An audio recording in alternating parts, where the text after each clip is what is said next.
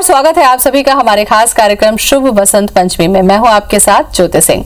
बसंत पंचमी यानी कि स्वर और बुद्धि की आराध्य देवी मां सरस्वती के अवतरण का दिन। इसी दिन कहते हैं ब्रह्मा जी ने देवी सरस्वती की उत्पत्ति की थी।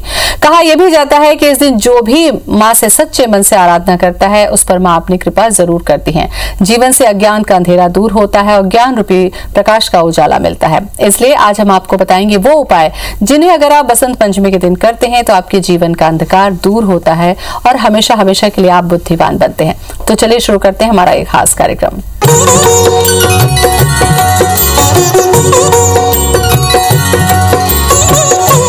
और हमारे इस खास पेशकश में आपके साथ चर्चा करने के लिए हमारे साथ ज्योतिषाचार्य दत्तात्रेय होसकरे जी भी मौजूद हैं। दत्तात्रेय जी बहुत बहुत स्वागत है आपका। नमस्कार। तो बसंत पंचमी को तो लेकर पंडित जी ये भी कहते हैं कि बसंत ऋतु के आगमन से ही एक खुशी का, एक ऊर्जा का जो माहौल है वो प्रकृति में संचारित होने लगता है। आप ये बताइए कि बसंत पंचमी का क्या महत्व है? सबसे पहले शुरुआत यहीं से करते हैं। जी। जब ब्रह्मा जी ने सृष्टि का सृजन किया तो उसमें मनुष्यों की रचना तो कर दी, लेकिन सबसे महत्वपूर्ण बात यह हुई कि संप्रेषण का माध्यम तय नहीं हो पाया। एक दूसरे से बातचीत, एक दूसरे से वैचारिक आदान प्रदान ये तय नहीं हो पाया। तब ब्रह्मा जी ने एक स्त्री की रचना की जिनके हाथ में वीणा थी। उन्होंने वीणा को जब झंकृत किया तो उससे जो ध्वनि उत्पन्न हुई, उससे जो एक स्वर उत्पन्न किया हुआ, वही जो है संप्रेषण का माध्यम हुआ और स्वरों की रचना हुई। और इस तरह से मनुष्य जो है एक दूसरे से अपने वैचारिक मंथनों को करने लग गए।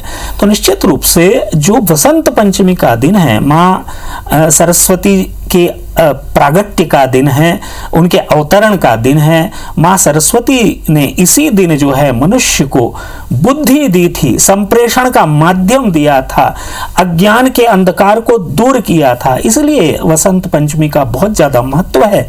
इस दिन मां सरस्वती की आराधना करने से, विशेष रूप से बच्चों को यदि मां सरस्वती की आराधना करवाई जाए तो उनके जो बहुत ही कोमल मन में जो है ज्ञान का प्रादुर्भाव इस दिन से होना प्रारंभ होता है। ऐसा नहीं, सभी इस दिन जो है सरस्वती जी की आराधना कर सकते हैं और इससे निश्चित रूप से प्रत्येक मनुष्य को लाभ मिलता है। पंडित जी, जितने भी हमारे देवी देवता हैं आप देखिए कहीं ना कहीं एक महत्वपूर्ण संदेश वो देते हैं। माता सरस्वती की जब हम बात करते हैं तो ज्ञान की ये देवी है, वीणा वादिनी है, यानी कि स्वर और सुर दोनों माता के पास में विराजित। आपको लगता है कि बिना बुद्धि के जीवन आसान नहीं होता, इसलिए माता सरस्वती की अहम भूमिका है हर व्यक्ति के जीवन में? जी।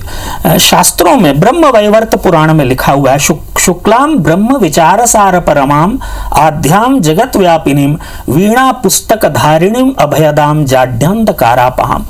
मतलब जो भी मनुष्य के अज्ञान का तिमिर है, वो जो अंधकार है, उसको दूर करने के लिए मां सरस्वती जी जो है उनका प्रागट्य हुआ है। मां सरस्वती जी का स्मरण मात्र जो है अज्ञान के अंधकार से मनुष्य को मुक्ति दिलवाता है। इसीलिए मनुष्य को यदि जीवन में ज्ञान से साक्षात्कार करना है तो मां सरस्वती की जो श्वेत वस्त्र धारण की हुई हैं, हाथ में वीणा है, हाथ में उनके ग्रंथ है, कमल पुष्प है इत्यादि है, सफेद हंसों के साथ वो विराजमान है, ये सब ज्ञान के प्रतीक हैं, ज्ञान के चक्षु को खोल देते हैं। इसीलिए मां सरस्वती जी की आराधना करने से निश्चित रूप से मनुष्य को जो है ज्ञान की प्राप्ति होती है, संप्रेषण का माध्यम प्रबल होता है और वाक सिद्धि होती है। मतलब अपनी वाचा शक्ति में यदि वृद्धि करना है तो सरस्वती जी की आराधना बहुत आवश्यक होती है। बिल्कुल।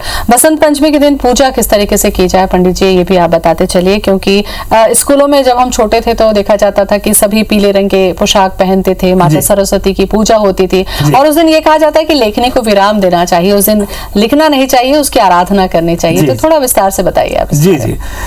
सरस्वती जी की जहां तक बात है तो याकुंदेन्तु तुषारहार धवड़ा या शुभ्र वस्त्रान्विता या वीणा वरदंड मंडित करा या श्वेत पद्मासना, श्वेत आसन पे विराजमान मां सरस्वती जी की आराधना का दिन वसंत पंचमी।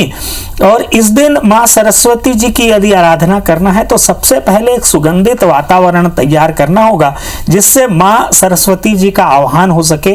पीले पुष्प का आसन निर्मित करना होगा और जो भी पूजन करेंगे यदि वो पीले रंग के वस्त्रों को पहने तो इससे निश्चित रूप से लाभ मिलेगा। मां सरस्वती जी की प्रतिमा या मां सरस्वती जी की चित्र, कोई भी एक चीज को आप ले लेंगे, उसे आसन पर विराजमान करेंगे, जल इत्यादि से शुद्धिकरण करने के पश्चात मां सरस्वती जी को श्वेत भोग लगाएंगे।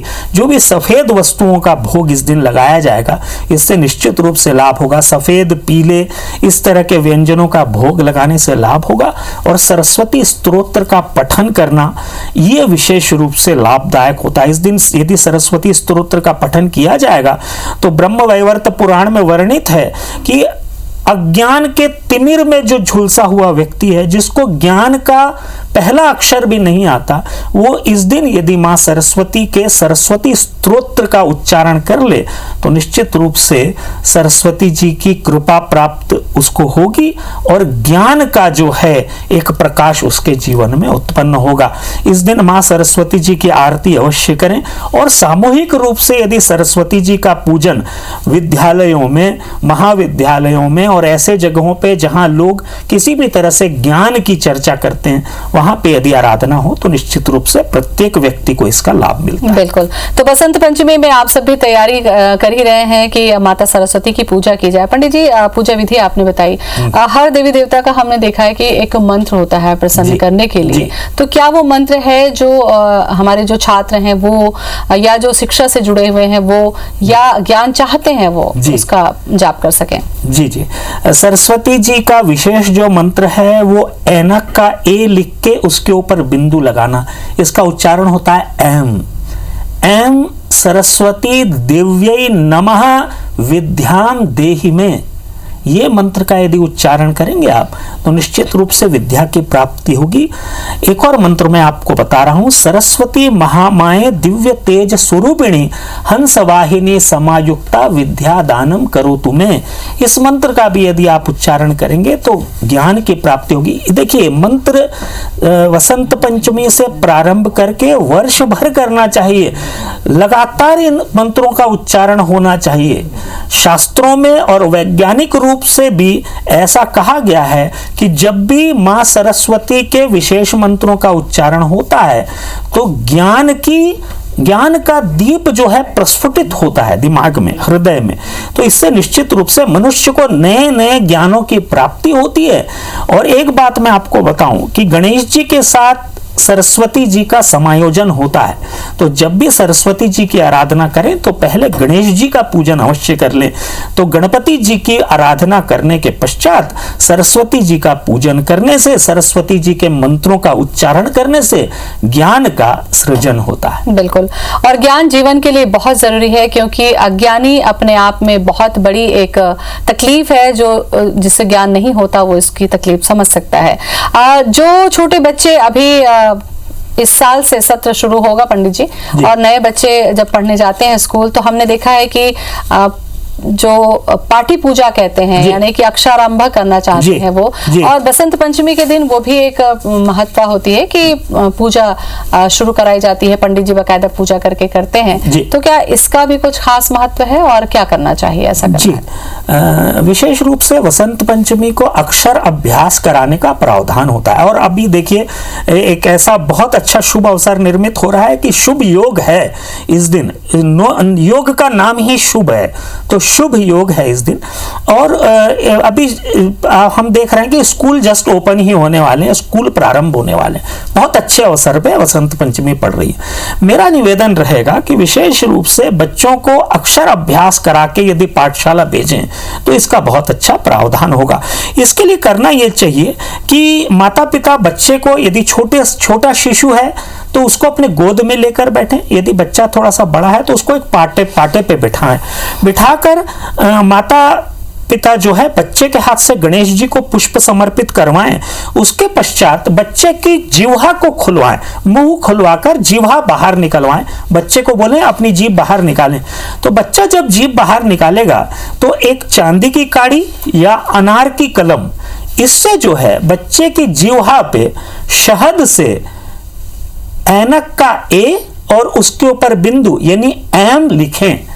तो इससे आप देखेंगे कि बच्चे को निश्चित रूप से लाभ होगा। और इस दिन एक स्लेट ले लेंगे काले तखत वाला, खड़िया से उसके ऊपर इसी एम को लिखवाएंगे। और ओम लिखवाएंगे। यदि ये आप अभ्यास करवा लेते हैं तो निश्चित रूप से लाभ होगा। विशेष रूप से एक बात मैं और कह देना चाहता हूं कि जिनके घर में खड़िया ना हो, स्लेट ना हो, वो कॉपी पे भी लिखवा सकते हैं लाल या नीली स्याही से। नीली स्याही का महत्व क्यों ज्यादा है? क्योंकि शास्त्रों में यह भी बताया गया है कि सरस्वत्यै नमो नित्यम भद्रकाल्यै नमो नमः, सरस्वती जी को साक्षात काली का स्वरूप माना गया है। इसीलिए नीली स्याही से भी यदि आप लिखेंगे तो उसका वही लाभ होगा जो लाल स्याही या सफेद खड़िया से लिखने से होगा। तो ये प्रक्रिया को पूरा करें। और मैंने आपको मंत्र बता दिया है सरस्वती जी का, तो सरस्वती जी के मंत्रों का उच्चारण बच्चे से करवाइए। निश्चित रूप से ये पूरी की पूरी प्रक्रिया करने के उपरांत आप विद्यालय भेजें बच्चे को, इससे अवश्य लाभ मिलता है। बिल्कुल।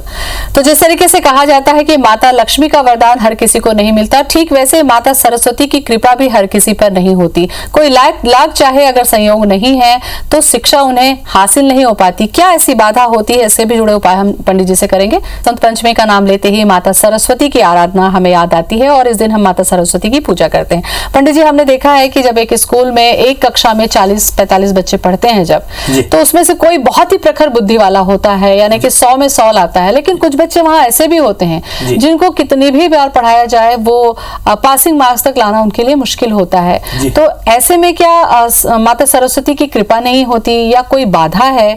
कैसे इसको लेकर माता पिता बड़े चिंतित होते हैं? क्या उपाय करना चाहिए? जी विशेष रूप से मैं आपको एक बात बताना चाहूंगा कि प्रत्येक बच्चा एक निश्चित सब्जेक्ट पे उसकी पकड़ होती है। प्रत्येक बच्चे को प्रकृति प्रदत्त वो विद्या प्राप्त रहती है कि उसकी एक विषय में निपुणता होती है, उस विषय को समझना बहुत आवश्यक होता है। और ऐसा नहीं है कि सरस्वती जी ने प्रत्येक को विद्या नहीं दी, वो जन्मजात विद्या सरस्वती जी के द्वारा प्रदत्त है, लेकिन सरस्वती जी की आराधना के द्वारा उसको जो है प्रगाढ़ता प्रदान करनी होती है।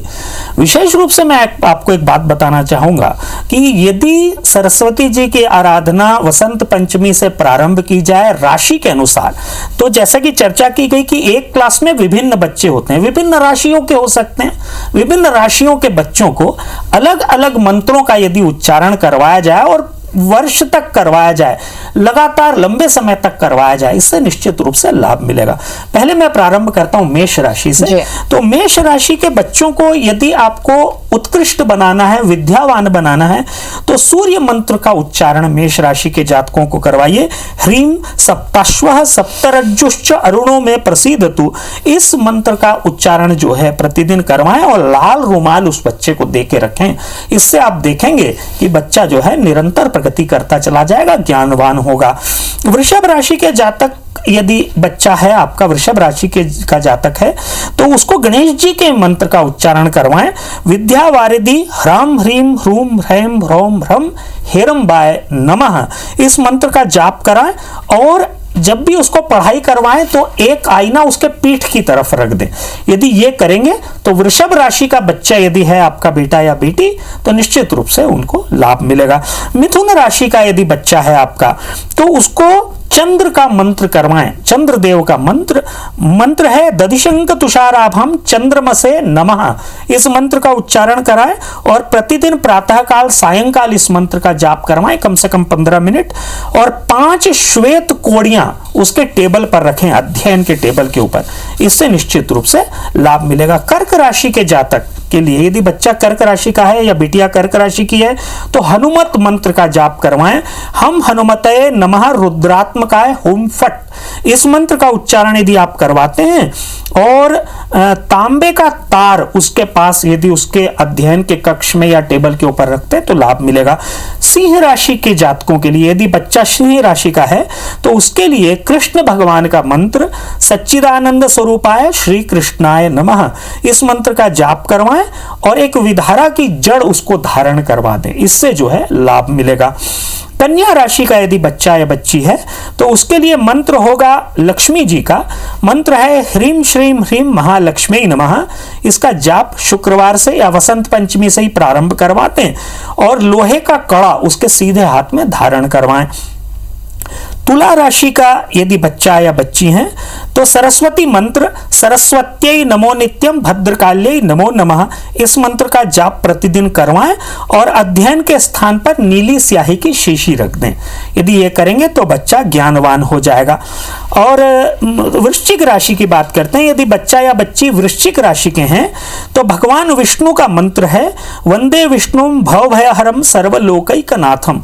इस मंत्र का जाप प्रातः काल या सायंकाल प्रतिदिन करवाएं और गुरुवार को एक हल्दी की गांठ धारण करवा दें।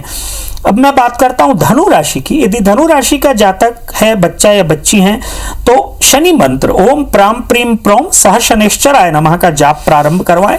वसंत पंचमी से प्रारंभ करवा दें और शनिवार को कुछ तिल के दाने सफेद कागज की पुड़िया में रख दें उसके टेबल के ऊपर, इससे लाभ मिलेगा। बात करते हैं मकर राशि की। यदि बच्चा या बच्ची मकर राशि के हैं तो दुर्गा जी का मंत्र महारात्रि महाविद्ये नारायणी नमोस्तुते इस मंत्र का जाप प्रतिदिन करवाएं और नीले रंग का एक धागा परीक्षा के समय शनिवार को कलाई में बांध दें, इससे लाभ मिलेगा। कुंभ राशि के यदि बच्चा या बच्ची हैं तो गणेश मंत्र सर्व विद्या प्रदायिने शूर्पकर्णाय गजाननाय नमः इस मंत्र का जाप करवाएं और प्रातः और संध्या को करवाएं। साथ ही साथ पीली सरसों के दाने पीले कागज में गुरुवार को डालकर बच्चे की जेब पर रख दें, इससे लाभ मिलेगा। और मीन राशि के जातकों के लिए बात करते हैं। मीन राशि के यदि जातक हैं बच्चा या बच्ची तो शिव जी का मंत्र वेदांतम विद्यम विभुम शिव शंकराय ह्रीम इस मंत्र का जाप करवाएं प्रतिदिन प्रातःकाल सायंकाल और नारंगी रंग के कागज पर सीधी हथेली का छाप लगवा दें और हनुमान जी को चढ़ाकर आ जाएं। यदि इतना करेंगे तो निश्चित रूप से लाभ होगा। ये पूरी 12 राशियों के उपाय हैं। स्क्रीन पर देखकर इन उपायों को नोट करके इसका अनुसरण करें, लाभ अवश्य मिलेगा। बिल्कुल पंडित जी, एक थोड़ा सा सवाल और ये है, ये तो आपने बताया कि विद्या अध्ययन के लिए जो मंत्र है, कई बार हमने देखा है कि कुछ बच्चे बोलने में उतने मुखर नहीं होते हैं। मान लीजिए विद्या अध्ययन तो हो रहा है, परसेंटेज बहुत अच्छे आ रहे हैं, लेकिन एक जो वाचन शैली होनी चाहिए वो नहीं आ पाती। कुछ बच्चे तुतलाते हैं, कुछ बच्चे बोल नहीं पाते हैं। क्या उनके लिए भी कुछ उपाय बसंत पंचमी में किए जा सकते हैं? बहुत अच्छा प्रश्न है। विशेष रूप से सरस्वती जी को की संप्रेषण की देवी हैं, वे बच्चे जिनको बोलने में तकलीफ होती है, जो अपने विचारों का प्रकटीकरण नहीं कर पाते हैं, मेरा विशेष निवेदन रहेगा माता पिता से कि वो विधारा की एक जड़ ले लें, बाजार में मिल जाती है विधारा की जड़, इसको हरे धागे से बांध दें। सरस्वती जी का मंत्र है ऐं श्रीं महासरस्वती देव्यै नमः इस मंत्र का उच्चारण कर लें 21 बार और बच्चे को ये धागे में धारण करवा दें। बुधवार के दिन पूजा कर लें सरस्वती जी की वसंत पंचमी के दिन और बुधवार को धारण करवा दें। आप देखेंगे कि जो बच्चों की वाचा शक्ति में किसी तरह की कमी है उनको अवश्य लाभ होना प्रारंभ हो जाएगा। पंडित जी, कुछ बच्चे ऐसे भी हमने देखे हैं कि बार बार वो असफल होते जाते हैं। मान लीजिए शिक्षा के क्षेत्र की बात करते हैं तो कई बार वो एक ही कक्षा पास नहीं कर पाते और इस वजह से कई बार ये देखा है कि उनकी शिक्षा अधूरी भी रह जाती है। तो क्या ऐसे के लिए भी, इन बाधाओं से बचने के लिए भी कोई उपाय होते हैं? जी, वे बच्चे आप देख रहे हैं कि निपुण नहीं हो पा रहे हैं, किसी तरह से न्यूमेरिकल एप्टीट्यूड उनका डाउन है, किसी तरह से लिखने की क्षमता उनमें कमी है, छोटे बच्चे या बड़े बच्चे, तो विशेष रूप से बुधवार को गणेश जी को काली तिल के लड्डू चढ़ाना और शनिवार को काली जी के दर्शन करके सरस्वती मंत्रों का जाप करना, जो कि मैंने विभिन्न बहुत सारे मंत्र बताए हैं। इन मंत्रों का उच्चारण यदि करेंगे काली जी के मंदिर में जाकर काली जी के सम्मुख, तो निश्चित रूप से बच्चे को इसका लाभ मिलेगा। बहुत अच्छी जानकारी पंडित जी आपने दी, बहुत सारे मंत्र भी आपने उपाय बताए, बहुत बहुत धन्यवाद आपका। नमस्कार। तो पंडित जी ने जो उपाय बताए हैं इसका इस्तेमाल अगर आप करते हैं तो शुभ वसंत पंचमी में आपके साथ ही ज्ञान का प्रकाश फैलेगा और निश्चित ही माता सरस्वती की कृपा होगी। बहुत बहुत धन्यवाद। नमस्कार।